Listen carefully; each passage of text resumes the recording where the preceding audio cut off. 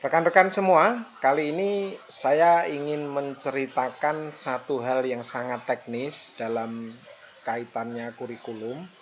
Dalam kurikulum tersebut sebenarnya cakupannya sangat luas. Saya mengambil dari sisi teknologinya saja, nanti soal budaya dan sebagainya, dan secara makro silahkan teman-teman memberikan masukan yang tambahan yang lain. Saya menyoroti dalam perspektif metaverse sebagai perspektif pembelajaran, belajar dan pembelajaran. Rekan-rekan, mengapa metaverse saat ini menjadi kebutuhan dalam pembelajaran? Ini banyak yang melakukan kajian-kajian, bahkan sampai mengarah kepada bagaimana create.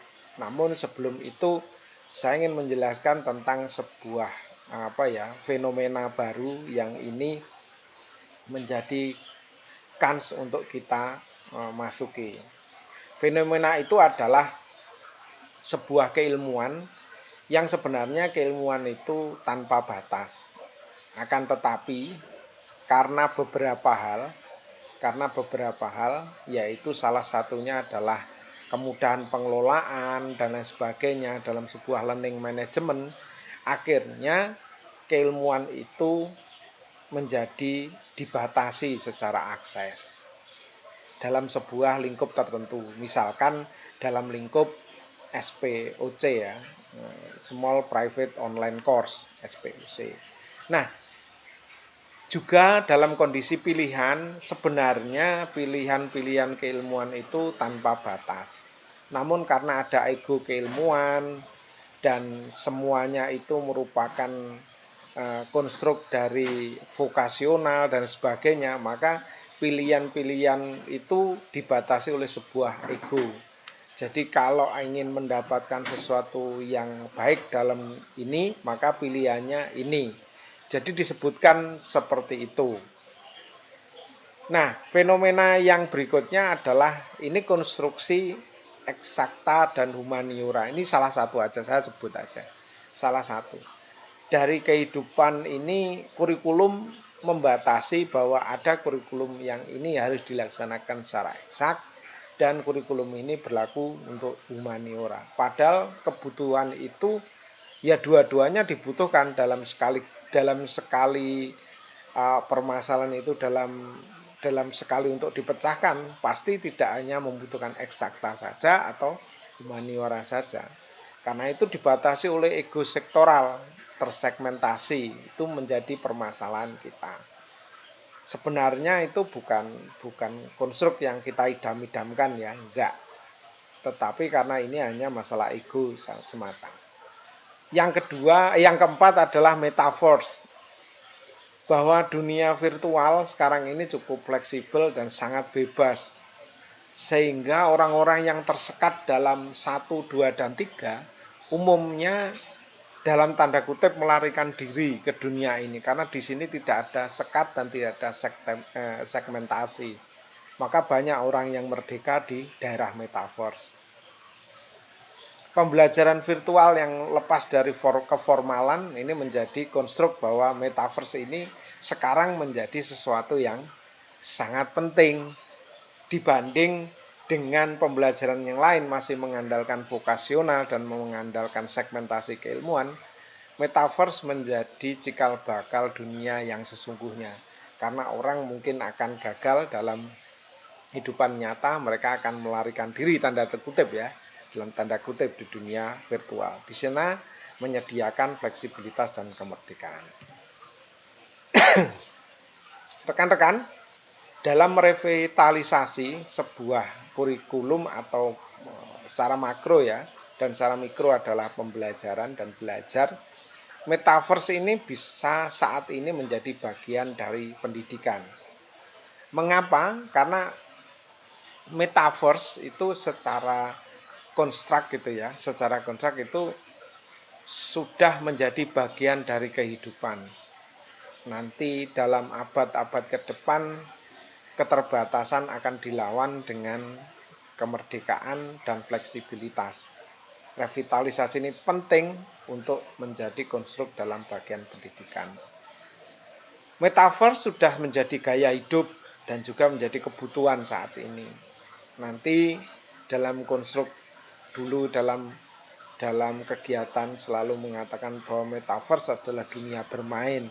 Namun konstruk sekarang itu memang jadi gaya hidup ya dulu ya, game dan sebagainya. Namun sekarang sudah menjadi kebutuhan, bahkan sudah menjadi pencarian nafkah. Ini merupakan kebutuhan. Oleh karena itu harus ada sistem pendidikan dan pembelajaran yang diubah. Kemudian desain kurikulum dan pembelajaran yang perlu diubah. Kemudian penilaian dan evaluasi yang perlu diubah juga. Karena memang untuk penyesuaian metaverse dalam kehidupan kenyataannya di sini. Teman-teman dan rekan-rekan semuanya, kita tidak bisa langsung serta-merta seperti ini. Perlu proses dan lain sebagainya. Dalam perkembangannya jelas, ini perlu adaptasi. Tidak mungkin dalam tanda kutip, bahasa Jawa menyebutnya ujuk-ujuk, mak bedunduk, dan lain sebagainya. Tidak bisa. Kita melakukan adaptasi yang cukup ketat. Adaptasi itulah yang kita harus masukkan dalam rel perkembangan, pembenahan, dan lain sebagainya. Nah, oleh karena itu kita perlu memikirkan bagaimana pengguna saat ini itu bukan lagi orang yang tersekat-sekat secara formal. Siapa saja boleh mengakses sistem pembelajaran kita. Nah, kalau kita nanti tersegmen, itu nanti akan menjadi kita kembali lagi ke era lampau. Nah, pengguna yang secara umum akan bebas dari sekat-sekat dan segmentasi itu nantinya harapannya memiliki kemampuan dalam melakukan kegiatan yang terus berkesinambungan sesuai dengan permasalahan kehidupan dalam konteks di depan ya, ke depan. Misalkan dalam wujud proyek yang tematik mungkin ya, proyek inquiry, ada pemikiran-pemikiran baru, problem solver, dia sebagai pemecah masalah itu harus memiliki kemampuan yang tidak ada sekat. Karena untuk memecahkan permasalahan dari semua sisi kehidupan harus tercakup semua. Ini penguatan secara transdisiplin. Oleh karena itu, teknologi-teknologi harus dipersiapkan dengan matang dan juga ada selain tools juga harus ada human. Istilahnya ini dalam tanda kutip guru. Kalau tidak ada guru, dosen dan sebagainya, ini menjadi interpretasi yang bisa saja tidak melampaui pengalaman-pengalaman sebelumnya. Dia bisa menyimpang, bisa jadi dia hanya memilih berdasarkan insting semata, karena ini hanya tool saja. Maka perlu sebuah scaffolding yang dimana disinilah peran-peran ekspor gitu ya, peran-peran guru dan sebagainya. Tentunya kita tidak memungkiri bahwa kita harus melakukan rancangan pembelajaran secara transdisiplin. Sehingga wujud sistem dalam metaverse di bagian pendidikan itu menjadi jelas.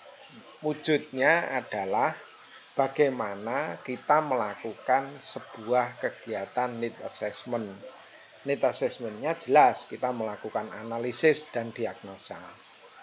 Awal dari semua kegiatan itu kalau tidak dilakukan dengan analisis atau diagnosa, berarti itu hanya karena kebutuhan kita, bukan kebutuhan pengguna. Oleh karena itu desain-desain yang diciptakan itu tidak boleh lepas dari kegiatan analisis dan diagnosis kita. Kalau kita tidak melakukan analisis dan diagnosis secara tepat, maka desain yang kita buat, instructional design ya, kalau dalam keilmuan teknologi pendidikan, akan menjadi permasalahan yang rumit. Karena apa? Ada kesalahan diagnosis. Keutuhan dari konstruk ini adalah bagaimana kita melakukan analisis dan diagnosis yang sangat tepat. Oleh karena itu, diagnosis, analisis itu tidak bisa dipisahkan dalam sebuah kebutuhan. Nah, Rekan-rekan, kekuatan kita kali ini adalah benar-benar kita harus melakukan analisis dengan tepat. Dan akhirnya kita bisa melakukan diagnosis. Nah, diagnosis yang kita sepakati kali ini adalah ternyata bahwa metaverse selain menjadi gaya hidup telah menjadi kebutuhan.